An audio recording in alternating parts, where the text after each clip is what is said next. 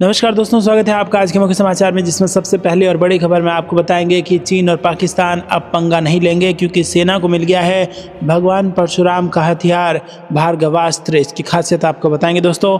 इसके साथ आगे जिक्र होगा कि पाकिस्तानियों की करतूत पर सऊदी प्रिंस हो गए हैं आग बबूला, 10,000 लोगों को जेल में डाला है। इसी के साथ आपको आगे बताएंगे कि भारत पर मेहरबान हुई बाइडेन सरकार, जाते जाते दे दिया बड़ा तोहफा। परमाणु और AI से जुड़ा है ये मामला।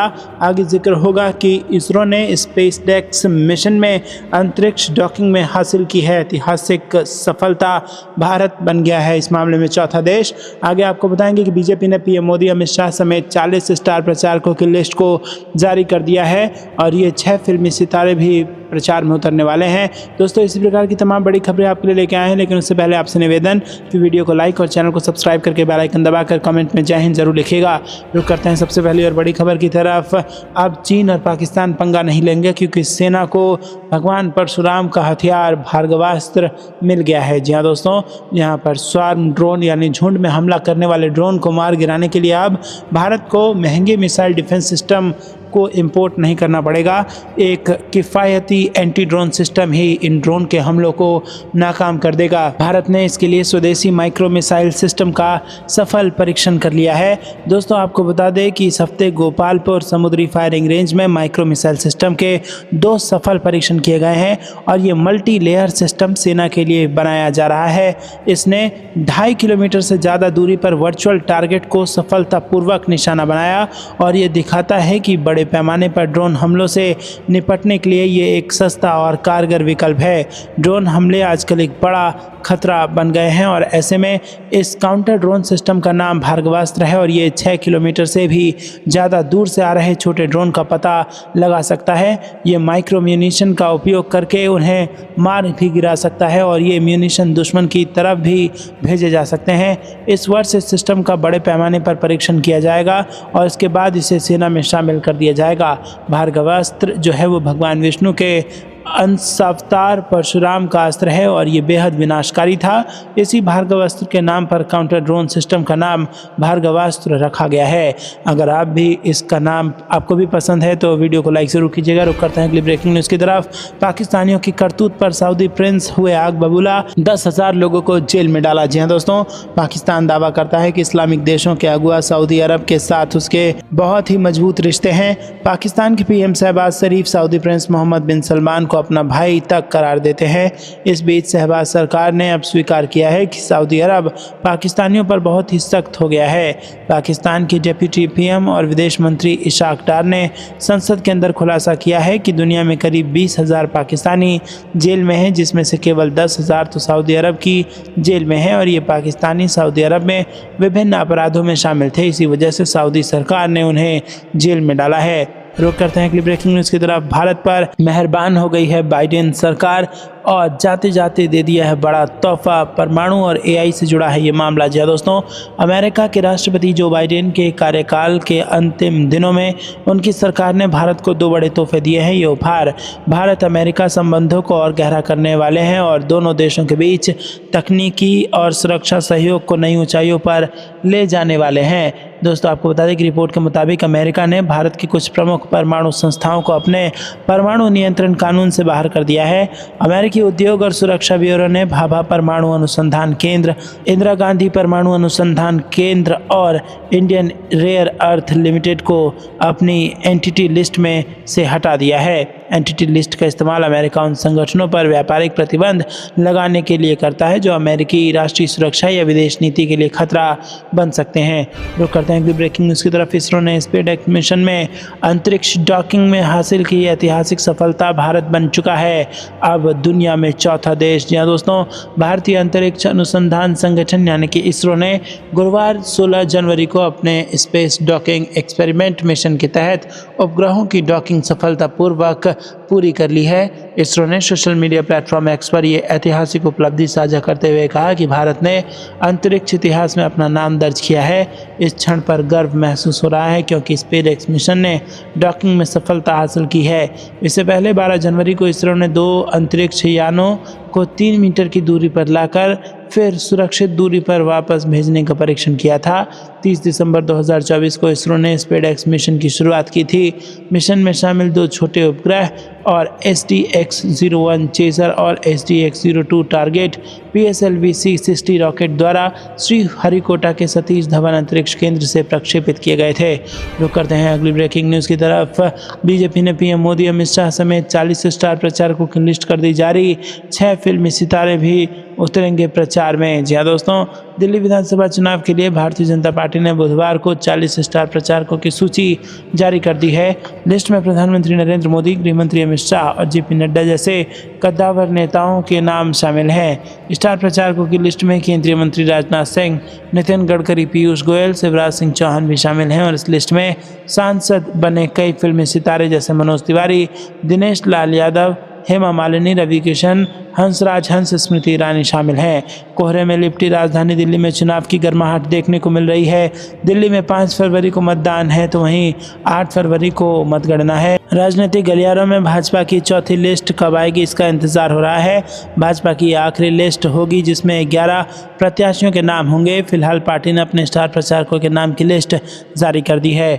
रुक करते हैं अगली ब्रेकिंग न्यूज़ की तरफ। 28 जनवरी को उत्तराखंड आएंगे PM मोदी, राष्ट्रीय खेलों का करेंगे उद्घाटन। जी हाँ दोस्तों, आपको बता दें कि प्रधानमंत्री नरेंद्र मोदी 28 जनवरी को राष्ट्रीय खेलों के उद्घाटन के लिए देहरादून आ रहे हैं और राष्ट्रीय खेलों के साथ उत्तराखंड के ड्रीम प्रोजेक्ट की समीक्षा के लिए पूरे 5 घंटे देंगे और इसके लिए शासन प्रशासन स्तर पर तैयारियां चल रही है।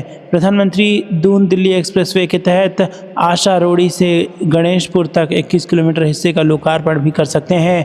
NHI की ओर से इसकी तैयारियां की जा रही हैं। इसके अलावा राज्य सरकार की ओर से उच्च स्तरीय बैठक में केदारनाथ बद्रीनाथ की पुनर्निर्माण परियोजनाओं की प्रगति रिपोर्ट भी प्रधानमंत्री के सामने रखी जाएगी। इसके अलावा Rishikesh Karnaprayag rail line project की रिपोर्ट भी उच्च स्तरीय बैठक में रखी जा सकती है। राज्य सरकार की ओर से हरिद्वार और शारदा कॉरिडोर की योजना भी प्रधानमंत्री के सम्मुख रखी जाएगी और इसे लेकर विस्तृत रिपोर्ट तैयार कर ली गई है।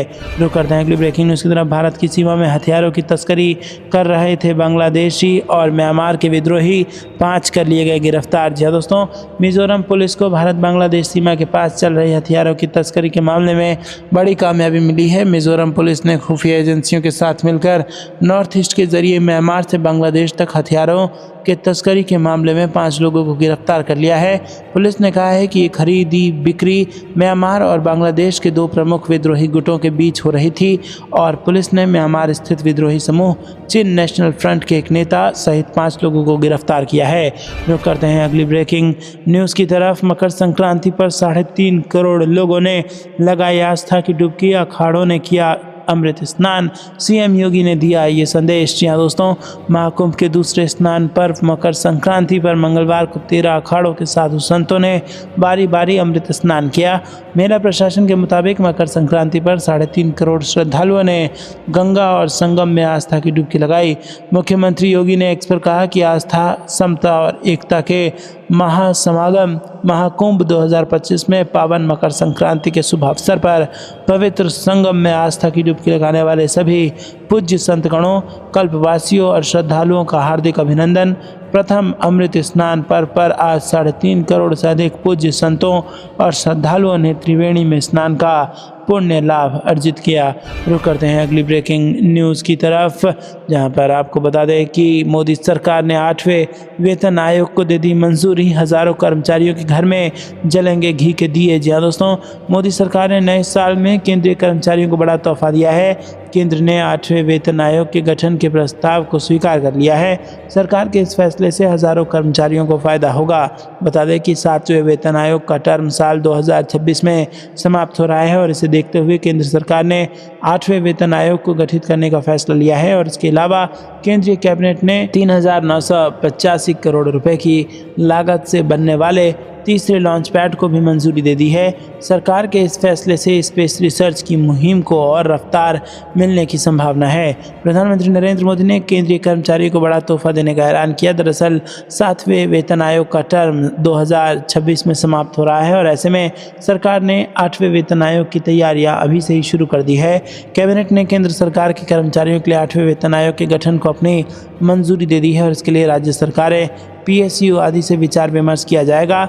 8वें वेतन आयोग के अध्यक्ष और 2 सदस्यों के नाम का भी जल्द ही ऐलान कर दिया जाएगा। बता दें कि 7वां पे कमीशन 2016 में गठित हुआ था। कैबिनेट के फैसलों की जानकारी देते हुए केंद्रीय मंत्री अश्विनी वैष्णव ने बताया कि 8वां वेतन आयोग 2026 से लागू होगा। ऐसे में समय रहते सुझाव, सिफारिशें आदि के लिए इसका गठन जल्द करने का फैसला लिया गया है। आपको क्या कुछ लगता है दोस्तों, कमेंट में जरूर बताइए। वीडियो को लाइक नहीं किया तो लाइक जरूर कीजिएगा। रुक करते हैं अगली ब्रेकिंग न्यूज़ की तरफ। पाकिस्तान को राजनाथ सिंह ने सख्त चेतावनी देते हुए कहा है कि इस बार तुम्हारे खिलाफ ठोस सबूत है, बख्शेंगे नहीं। जी हाँ दोस्तों, आपको बता दें कि देश के रक्षा मंत्री राजनाथ सिंह ने जम्मू में अंतर्राष्ट्रीय सीमा से सटे अखनूर से पाकिस्तान को आतंक को शह देने की साजिश बंद करने की चेतावनी दे दी है। रक्षा मंत्री ने दबे शब्दों में चेतावनी दी कि अगर पाकिस्तान ने गुलाम कश्मीर में काम कर रहे अपने ट्रेनिंग कैंप व लॉन्चिंग पैड बंद नहीं किए तो फिर यहाँ पर हम कार्रवाई करेंगे। रक्षा मंत्री ने अपना वाक्य पूरा ना करते हुए पाकिस्तान पर छोड़ दिया कि वो इससे क्या सीख लेता है। तो दोस्तों, यहाँ पर आपको बता दें कि सर्जिकल स्ट्राइक की तरफ इशारा किया है भारत ने। रक्षा मंत्री ने कहा कि पाकिस्तान जम्मू कश्मीर में आतंक को शह देने की साजिशों को निरंतर जारी रखे हुए है और उन्होंने कहा कि हमारे पास सबूत है कि इस समय भी गुलाम कश्मीर में उसके लॉन्चिंग पैड व ट्रेनिंग कैंप काम कर रहे हैं। रुक करते हैं अगली ब्रेकिंग न्यूज़ की तरफ। 16 फरवरी से होगी भारत बांग्लादेश के बीच में वार्ता और सीमा पर जो बॉर्डर फेंसिंग करनी है, बाड़ लगाने हैं और घुसपैठ का जो मुद्दा है इसको उठाया जाएगा। भारत बांग्लादेश सीमा पर बाड़ लगाने को लेकर दोनों देश के तल्ख होते रिश्तों के बीच महानिदेशक स्तर की वार्ता होने की उम्मीद अब जगी है और बताया जा रहा है कि 2 बार स्थगित हो चुकी ये वार्ता 16 फरवरी से नई दिल्ली में होने की उम्मीद है और कहा जा रहा है कि वार्ता के दौरान बाड़ लगाने और बांग्लादेश में सत्ता परिवर्तन के बाद बड़ी घुसपैठ पर चर्चा हो सकती है। बांग्लादेश के विदेश मंत्रालय ने हाल ही में भारत बांग्लादेश सीमा पर बाड़ लगाने पर गहरी चिंता जताई थी और अपनी आपत्तियां व्यक्त करने के लिए भारतीय उच्चायुक्त को तलब किया था। दोस्तों, आपको बता दें कि जिस प्रकार से बांग्लादेश में स्थिति खराब हो रही है और बांग्लादेश में जिस प्रकार से हिंदुओं पर प्रताड़न उनको किया जा रहा है वो यहाँ पर किसी भी रूप में पाकिस्तान से कम नहीं है और पाकिस्तान बांग्लादेश जब एक ही रास्ते पर निकल चुके हैं तो ऐसे में जिस प्रकार से भारत और पाकिस्तान के बीच की जो बॉर्डर है उसकी फेंसिंग हो रखी है, वैसे ही भारत और बांग्लादेश के बीच की फेंसिंग भी होनी चाहिए क्योंकि बांग्लादेशी घुसपैठियों से यहाँ पर ज़बरदस्त मुसीबत असम, पश्चिम बंगाल और नॉर्थ ईस्ट समेत दिल्ली तक इनका जो है वो प्रभाव देखने को मिलता है। जिसके बाद भारत सरकार की ये चिंता है कि कैसे इस घुसपैठ को रोका जाए और कैसे बॉर्डर फेंसिंग किया जाए। लेकिन जैसे ही भारत की सरकार बॉर्डर फेंसिंग की दिशा में कदम आगे बढ़ाती है, बांग्लादेश आपत्ति दर्ज करा देता है। लेकिन अब यहाँ पर यह मौका सामने आ रहा है जहाँ पर ये वार्ता दोनों के बीच में शुरू होने वाली है बॉर्डर फेंसिंग को लेकर और इसी के साथ घुसपैठ को रोकने को लेकर। रुक करते हैं अगली ब्रेकिंग न्यूज़ की तरफ। यूक्रेन ने रूस पर किया सबसे बड़ा हमला, ब्रिटिश और अमेरिकी मिसाइलों के साथ दागे 150 ड्रोन, जिसके बाद अब रूस ने भी कह दिया है कि करारा जवाब हम यूक्रेन को देंगे। जी दोस्तों, यूक्रेन ने रूसी सैन्य बलों पर अब तक का सबसे बड़ा हमला करने का दावा किया है। यूक्रेनी सेना ने इस हमले में ब्रिटेन में बनी 6 स्टॉर्म शैडो और अमेरिकी ATACMS सामरिक बैलिस्टिक मिसाइलों का इस्तेमाल किया। कीव ने रूस के अंदर कम से कम 146 ड्रोन भी भेजे हैं जो देश में लगभग 1100 किलोमीटर की दूरी तक हमला करने की क्षमता रखते हैं और इस हमले में रूस के दक्षिणी पश्चिमी इलाके को निशाना बनाया गया है। मॉस्को ने बड़े पैमाने पर हमले की पुष्टि की है और जवाब देने की कसम भी खाई है। रूसी रक्षा मंत्रालय ने एक बयान में कहा कि पश्चिम समर्थित कीव शासन की कार्रवाइयों को बिना जवाब दिए नहीं जाने दिया जाएगा। यूक्रेनी रक्षा मंत्रालय के अनुसार कीव की सेना ने दक्षिण पश्चिम रूस के ब्रांस्क में एक केमिकल प्लांट पर हमला किया है जहां रूसी तोपखाने, रॉकेट लॉन्च सिस्टम और क्रूज मिसाइलों के उत्पादन के लिए जाना जाता है। रुक करते हैं अगली ब्रेकिंग न्यूज़ की तरफ। वाराणसी, प्रयागराज समेत 7 जिलों की यूपी में बदलेगी किस्मत, यूपी में नया शहर बसाने की है तैयारी। जी दोस्तों, संगम नगरी प्रयागराज और शिव नगरी काशी को सरकार और विकसित करने जा रही है। दरअसल योगी सरकार दोनों शहरों प्रयागराज और वाराणसी को मिलाकर धार्मिक क्षेत्र बनाया जाएगा। सरकार दोनों शहरों को मिलाकर क्षेत्रीय विकास प्राधिकरण के गठन की तैयारी की है और इसके बाद यहां औद्योगिक, नॉलेज पार्क जैसी सुविधाएं विकसित की जा सकेंगी। साथ ही दोनों शहरों में रोजगार के कई अवसर खुलेंगे। इससे नौजवानों को शहर में ही काम मिल सकेगा। योगी सरकार वाराणसी और प्रयागराज को मिलाकर धार्मिक क्षेत्र बनाने पर काम कर रही है। धार्मिक क्षेत्र बनने के बाद इसका दायरा 22,000 वर्ग किलोमीटर से ज़्यादा होगा और इसके लिए क्षेत्रीय विकास प्राधिकरण का गठन भी करने की तैयारी है। धार्मिक क्षेत्र बनने के बाद एक तरफ जहां नोएडा की तरह नॉलेज पार्क और औद्योगिक क्षेत्र होंगे तो दूसरी तरफ स्थानीय लोगों को रोजगार के अवसर मिलेंगे। रुक करते हैं अगली ब्रेकिंग न्यूज़ की तरफ। उत्तर पश्चिम में रात में ठिठुरन, 20 राज्यों में घना कोहरा, अगले 2 दिन पहाड़ों पर बर्फबारी। जी हाँ दोस्तों, उत्तर पश्चिम और उससे सटे मध्य भारत के अधिकांश हिस्से में मंगलवार को भी सुबह के समय कड़ाके की ठंड महसूस की गई। हालांकि धूप खिलने से ज़्यादातर इलाकों में दिन के समय न्यूनतम तापमान में कुछ वृद्धि हुई और ठंड से मामूली राहत मिली। हिमाचल प्रदेश से लेकर पूर्वोत्तर तक 20 राज्यों में रात और तड़के कोहरा छाया रहा और इसे करीब तक भी देखना मुश्किल हो गया। और दिल्ली, पंजाब, हरियाणा समेत कई राज्यों में कुछ जगहों पर एक समय ऐसा भी आया जब दृश्यता शून्य रह गई। परिणाम स्वरूप उत्तर रेलवे की 39 ट्रेनों का परिचालन प्रभावित हुआ और कई ट्रेनें 4 घंटे तक की देरी से चली। झारखंड के रांची हवाई अड्डे से एक उड़ान को दूसरी जगह भेजना पड़ा और कई के आगमन प्रस्थान में देरी हुई। रुक करते हैं अगली ब्रेकिंग न्यूज़ की तरफ। सेना प्रमुख ने बढ़ाया जवानों का हौसला, कहा देश की प्रगति और विकास में सेना की अहम भूमिका। जी हाँ दोस्तों, सेना दिवस पर बुधवार को सेना प्रमुख जनरल उपेंद्र द्विवेदी ने पुणे में सेना दिवस परेड में हिस्सा लिया। इस मौके पर उन्होंने देश की सीमाओं पर सेना की स्थिति बताई, साथ ही वीरता सेना पदक और अन्य पुरस्कार प्रदान किए। सेना प्रमुख ने कहा कि देश की प्रगति और विकास में भारतीय सेना की अहम भूमिका है। वहीं नौसेना प्रमुख एडमिरल दिनेश त्रिपाठी ने भी सभी सैनिकों, अधिकारियों और परिवारों को शुभकामनाएं दी। पुणे में परेड के दौरान सेना प्रमुख जनरल उपेंद्र द्विवेदी ने कहा कि उत्तरी सीमाओं पर स्थिति स्थिर है लेकिन संवेदनशील भी है। हमारी सेना किसी भी स्थिति से निपटने के लिए पूरी तरह तैयार और सक्षम है। उत्तरी सीमाओं पर आधुनिक उपकरण और महत्वपूर्ण बुनियादी ढांचे के विकास पर विशेष ध्यान दिया गया है। उन्होंने कहा कि पश्चिमी सीमा में नियंत्रण रेखा पर संघर्ष विराम लागू है लेकिन घुसपैठ की कोशिशें जारी हैं। रुक करते हैं अगली ब्रेकिंग न्यूज़ की तरफ। गलती हो गई, मार्क जुकरबर्ग की टिप्पणी पर मोदी सरकार सख्त, मेटा को मांगनी पड़ी माफ़ी। जी हाँ दोस्तों, मेटा के सीईओ मार्क जुकरबर्ग के बयान पर अब कंपनी ने भारत से माफ़ी मांगी है। कंपनी ने कहा है कि ये गलती अनजाने में हुई है और मेटा इंडिया के वाइस प्रेसिडेंट ने सोशल मीडिया पर पोस्ट कर सार्वजनिक रूप से खेद प्रकट किया है। मार्क जुकरबर्ग ने एक पॉडकास्ट के दौरान कहा था कि कोविड-19 के बाद भारत समेत दुनिया के लगभग सभी देशों में सत्ता परिवर्तन हुआ जो सरकारों के प्रति लोगों में विश्वास की कमी को दर्शाता है। इस पर भारत की तरफ से आपत्ति जताई गई है।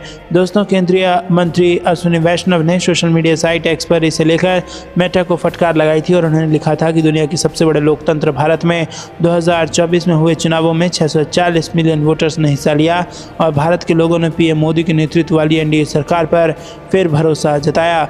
उन्होंने आगे लिखा कि मार्क जुकरबर्ग का ये दावा कि कोविड के बाद 2024 में हुए चुनावों में भारत समेत दुनिया के अधिकांश देशों की मौजूदा सरकारें हार गई, ये तथ्यात्मक रूप से गलत है। मेटा खुद मार्क जुकरबर्ग को गलत जानकारी देते देख निराश हुई। फैक्ट और विश्वसनीयता को बरकरार रखिए। मेटा इंडिया के वाइस प्रेसिडेंट शिवानंद ठुकराल ने अश्विनी वैष्णव के पोस्ट पर रिप्लाई देते हुए माफ़ी मांगी और उन्होंने लिखा कि मार्क का यह ऑब्जर्वेशन कि 2024 में हुए चुनावों में कई मौजूदा दलों को नहीं चुना गया, ये दूसरे देशों के लिए सही है लेकिन भारत के लिए नहीं। रुक करते हैं अगली ब्रेकिंग न्यूज़ की तरफ। पीएम मोदी ने की मिशन मौसम की शुरुआत, बोले भूकंप के लिए वार्निंग सिस्टम विकसित करने की जरूरत। जी हाँ दोस्तों, प्रधानमंत्री नरेंद्र मोदी ने मंगलवार को इंडियन मेट्रोलॉजिकल डिपार्टमेंट के 150वें स्थापना दिवस के अवसर पर देश को प्रत्येक मौसम और जलवायु का सामना करने के लिए स्मार्ट राष्ट्र बनाने के मकसद से मिशन मौसम की शुरुआत की है। राष्ट्रीय राजधानी स्थित भारत मंडपम में आयोजित समारोह में शिरकत करते हुए प्रधानमंत्री ने आईएमडी के 150वें स्थापना दिवस पर एक स्मारक सिक्का भी जारी किया। पीएम ने इस दौरान मौसम संबंधी अनुकूलता और जलवायु परिवर्तन अनुकूल के लिए आईएमडी विजन 2047 दस्तावेज भी जारी किया और इसमें मौसम पूर्वानुमान पूर्वानुमान, वेदर मैनेजमेंट और जलवायु परिवर्तन शमन की योजनाएं शामिल है। आपको ये कुछ लगता है दोस्तों, कमेंट में जरूर बताइएगा। वीडियो को लाइक नहीं किया तो लाइक जरूर कीजिएगा। रुक करते हैं अगली ब्रेकिंग न्यूज़ की तरफ। पाकिस्तान का पर्दा बेनकाब, सेना प्रमुख बोले जम्मू कश्मीर में मारे गए 60% आतंकी पाकिस्तानी। जी हाँ दोस्तों, आपको बता दें कि यहाँ पर भारतीय सेना प्रमुख जनरल उपेंद्र द्विवेदी ने सोमवार को कहा कि जम्मू कश्मीर में मारे गए 60% आतंकवादी पाकिस्तानी नागरिक थे। उत्तरी सीमाओं में सुरक्षा मुद्दे के बारे में मीडिया को जानकारी देते हुए सेना प्रमुख ने कहा कि स्थिति संवेदनशील लेकिन स्थिर है। द्विवेदी ने एक प्रेस कॉन्फ्रेंस में कहा कि मैं सबसे पहले सुरक्षा मुद्दों पर बात करूंगा और उत्तरी सीमाओं से शुरुआत करूंगा। जैसा कि आप जानते हैं कि स्थिति संवेदनशील लेकिन स्थिर है। ऐसे समय में जब आतंकवाद की ओर बढ़ने की कोशिश हो रही थी, उन्होंने कहा कि जम्मू कश्मीर में सक्रिय 80% आतंकवादी भी पाकिस्तान से हैं। द्विवेदी ने कहा कि जम्मू कश्मीर में मारे गए 60% आतंकवादी पाकिस्तानी हैं। राज्य में सक्रिय 80% आतंकवादी भी पाकिस्तानी है और ऐसे समय में जब हम आतंकवाद से पर्यटन की ओर बढ़ रहे हैं। सेना प्रमुख ने कहा कि पूर्वी लद्दाख के देपसांग और दिमचोक क्षेत्रों में स्थिति का समाधान हो गया है। उन्होंने कहा कि गश्त और चराई के मामले में जमीनी स्तर पर इन मुद्दों को संभालने के लिए सभी सह कमांडरों को अधिकृत किया गया।